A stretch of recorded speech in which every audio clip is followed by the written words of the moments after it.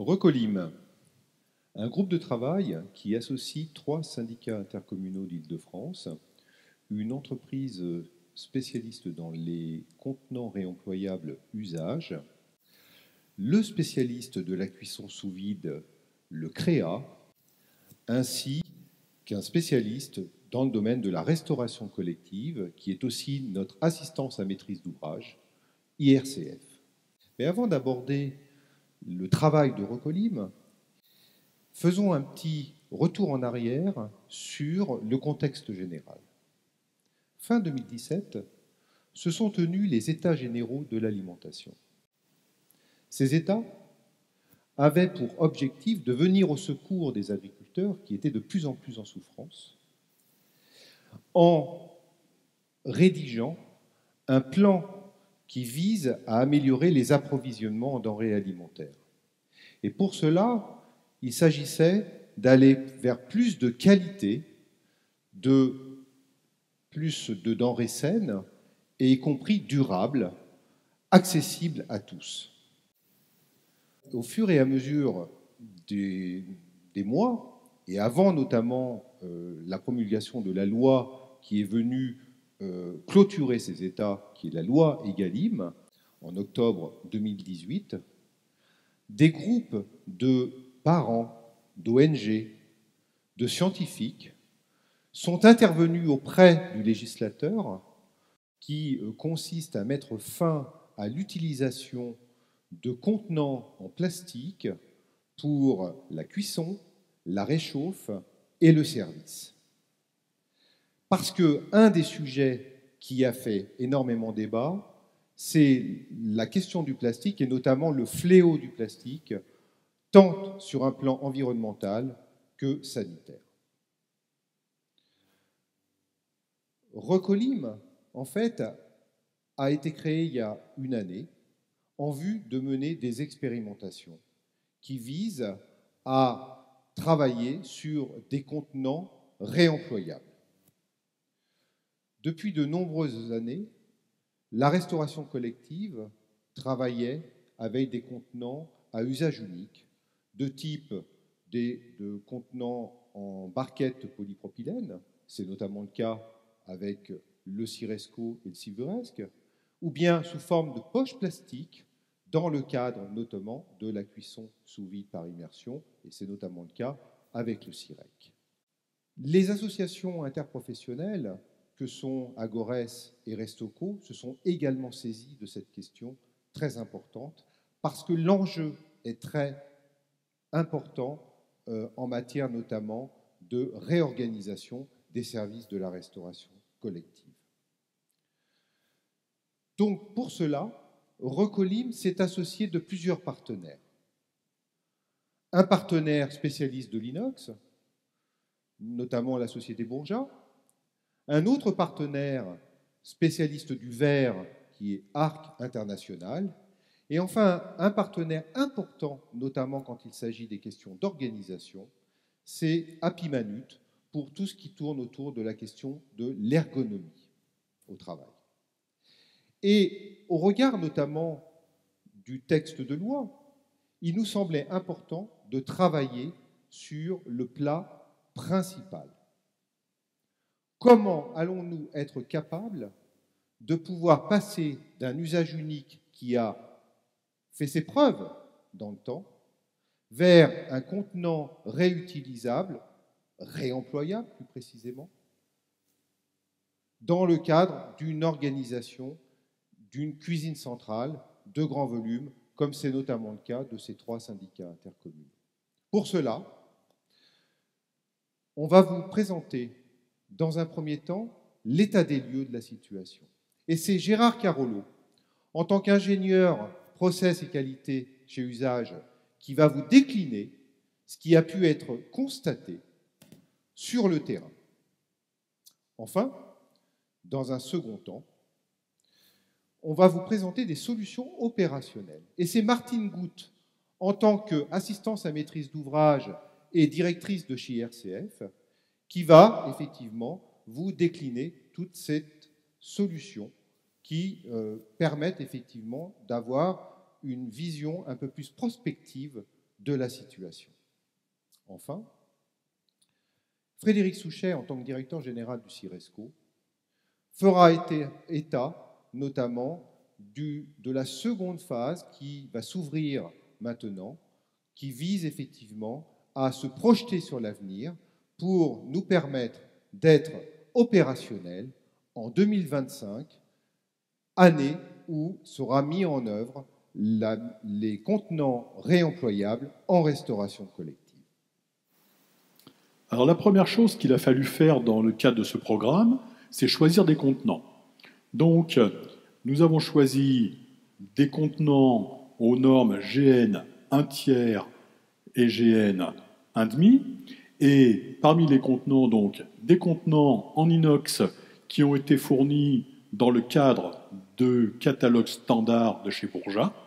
Et concernant les bacs verts, c'est un développement qui a été effectué par la société Arc International, puisqu'il n'existe pas ce genre de bac GN en standard en verre. Alors le premier constat, c'est le constat du poids. Une barquette en polypropylène pèse 48 grammes. Quand on va arriver sur des bacs en inox, avec leur couvercle standard, on avoisine les 850 grammes.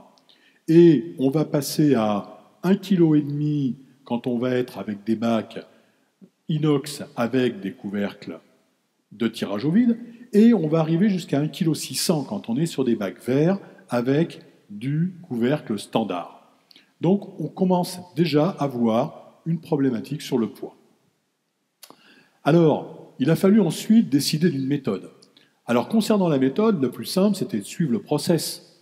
Donc le process, c'est tout d'abord de se cantonner à de la cuisson à chaud, comment dire, cuisson chaude, et donc de faire tout d'abord de la cuisson sous vide par immersion à basse température et de la cuisine traditionnelle. Alors pour ça, il a fallu, une fois qu'on a fait la cuisson, voir le conditionnement, le refroidissement, l'allotissement, le transport, l'allotissage, le stockage, la remise en température dans les satellites et enfin le lavage. Alors, on a d'abord fait des constats intéressants. Les premiers constats, c'est d'abord la très bonne qualité organoleptique. Ensuite, une bonne tenue au vide pour ce qui concerne la cuisson par immersion à basse température, ce sur les couvercles en inox. Concernant les bacs verts, on a vu qu'il y avait un bon aspect visuel qui est très valorisant pour le produit. L'autre fait intéressant pour le verre, c'est sa transparence, qui facilite le tri au niveau aussi bien de la cuisine centrale, mais surtout du satellite. Et puis, on a observé une diminution drastique, donc, des rejets et des déchets d'emballage. Et puis ensuite, une facilité pour la mise en place réglementaire du tri des biodéchets. Et enfin, on se dit qu'à partir du moment où on a des bacs, il est possible dans la cuisson traditionnelle et dans certaines cuissons de cuire directement dans le contenant sans avoir à faire de transvasement dans les autres. Donc une économie de manipulation. Alors parmi les problématiques rencontrées, on a commencé à l'esquisser, c'est le problème du poids. Alors pour vous donner un exemple, pour 100 repas, quand on cuisine avec du bac inox, on a une augmentation de poids de 38 kg. Et quand on parle de bac vert, on est à plus 63 kg. Alors, l'autre problème qu'on a rencontré, ou qu'on a constaté, c'est la non-transparence, l'opacité des bacs en inox, donc leur identification. La durée de conditionnement est augmentée également, donc un doublement du temps de travail, par exemple, et également un risque de perte de traçabilité quand on fait de la cuisine par immersion du fait du décollement des étiquettes. Alors, cette perte de rendement à la cuisson, on la voit à l'immersion, mais on la voit également au refroidissement et également au transport, mais ça, on le voit sur tous les process. Et bien sûr, un besoin d'augmentation des surfaces de stockage. On n'encastre pas de la même façon des barquettes en polypropylène, des bacs en inox et des bacs en verre. Et puis le dernier point qui a été soulevé à la fois dans les cuisines centrales et dans les cuisines satellites, c'est la crainte des agents, une certaine appréhension. Étant donné l'augmentation des poids, il va falloir faire une étude également ergonomique pour améliorer les conditions de travail et donc réduire ces risques de TMS. Alors concernant la cuisine traditionnelle, eh bien, on peut voir quand on est avec des barquettes, par exemple, qu'on peut mettre 6 barquettes par cagette et 10 cagettes par plateau rouleur. Alors bien sûr, dû à l'augmentation du poids et le manque d'encastrabilité, on remarque que sur les bacs inox, on met moins de bacs en inox et on met moins de cagettes. Et pour le bac en verre, c'est également le cas. Et donc tout ça, ça fait plus de manipulation, bien sûr, et on note, en règle générale, donc, cette augmentation de poids qui va ensuite, vous verrez sur quoi ça débouche, sur le transport, et également ce besoin d'augmentation de surface. Pour la cuisine par immersion, alors là, il y a vraiment quelque chose qui est important pour la cuisine par immersion, c'est au niveau des poches. On arrive à mettre 60 à 100 portions dans une cagette. Et on peut mettre 12 cagettes sur un plateau rouleur. Quand on est en bac inox, on met 3 fois 6 portions dans une cagette et ensuite on ne met que 6 cagettes sur un bac rouleur. Donc on voit que là, il y a une distorsion assez importante. Et donc de nouveau, sur cette cuisson par immersion, on voit qu'il y a cette augmentation de poids général et cette augmentation du besoin en surface de stockage. Enfin, concernant le transport.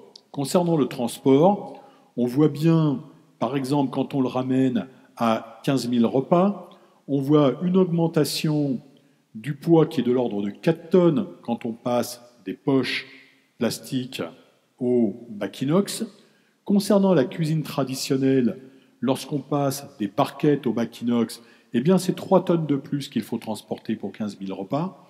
Et lorsque l'on est sur une barquette qui va vers un bac en verre, c'est 4 tonnes et demie. Et donc il faut s'attendre forcément à une augmentation de la flotte de camions et une augmentation du nombre de personnes dédiées à toutes ces manutentions.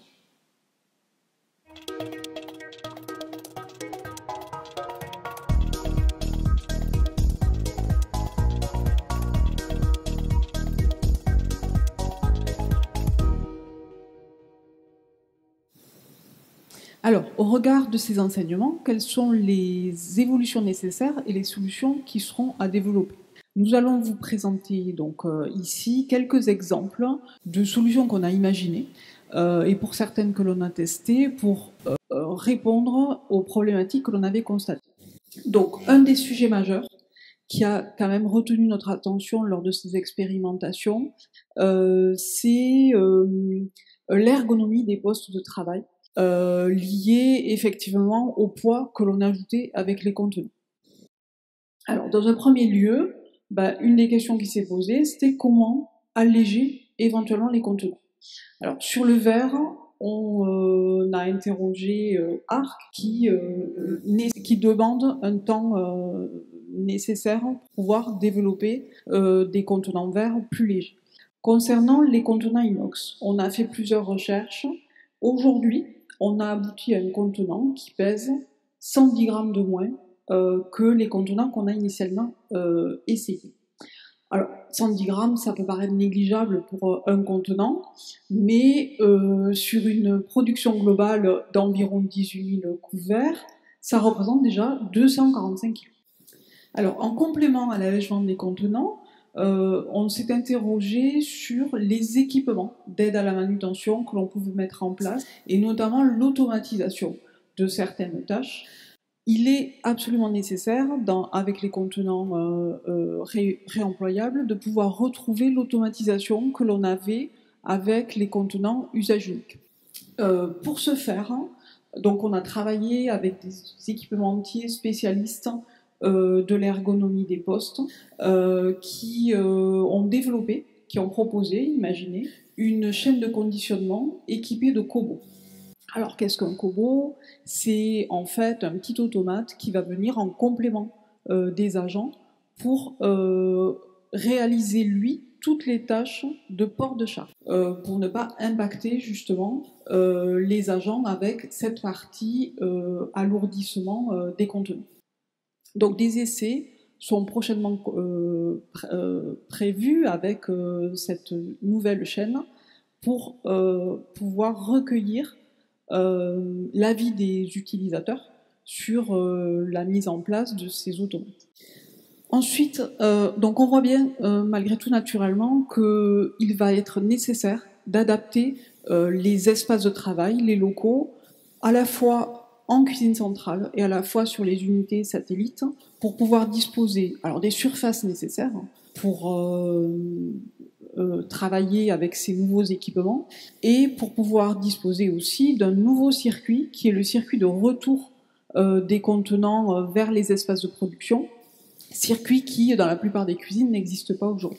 Alors, ces aménagements peuvent être difficilement modélisés puisqu'ils sont intimement liés à l'existant et aux structures actuelles et nécessiteront des études très spécifiques de chacune des entités existantes.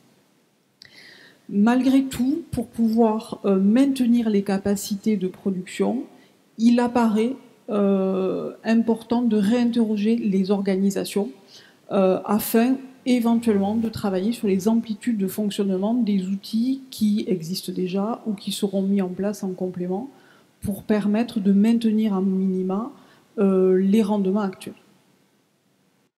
Alors, pour les restaurants satellites, les incidences que l'on a pu relever sont fortement liées à la capacité du restaurant au nombre de repas servis. La particularité, malgré tout, qui revient sur l'ensemble des satellites, c'est qu'avec les contenants réemployables, on réintroduit une fonction qui avait quasiment disparu, qui est le lavage des contenants réemployables. Alors, en échangeant avec les équipes et en les regardant travailler, effectivement, cette fonction-là est vraiment perçue comme un des freins majeurs à l'évolution attendue et à la mise en place des contenants réemployables. Alors, concernant le lavage, finalement, la question qu'on s'est posée, c'était de savoir est-ce qu'il était indispensable que les contenants soient lavés sur le lieu de consommation. Donc, on a comparé deux organisations différentes. Une première organisation avec effectivement le lavage sur les unités satellites et une deuxième organisation avec le lavage sur une unité centrale de lavage.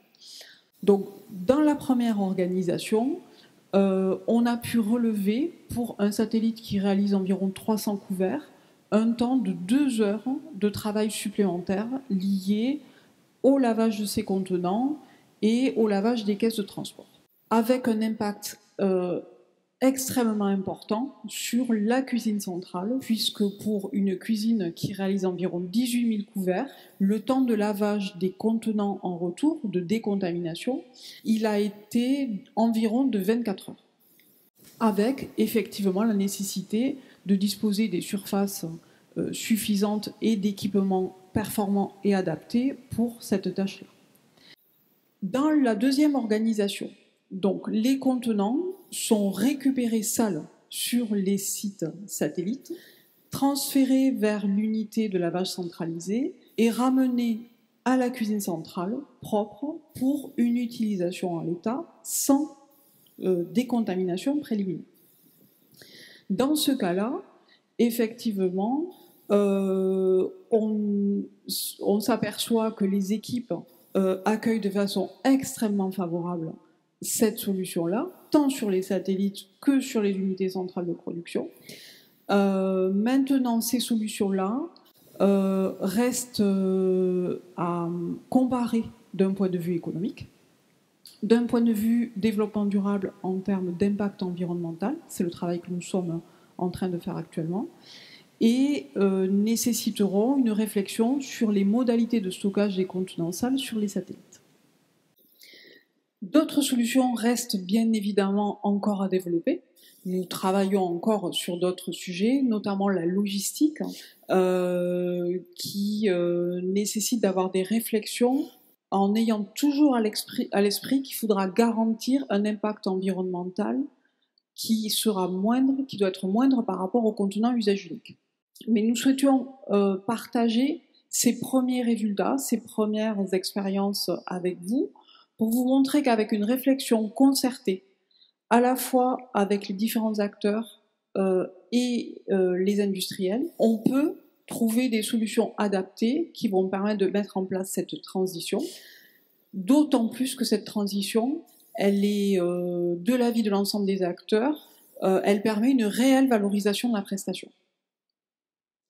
La première phase a montré que pour la restauration collective, l'inox et le verre sont des solutions possibles pour répondre aux exigences de la loi Egalim et de la loi AGEC.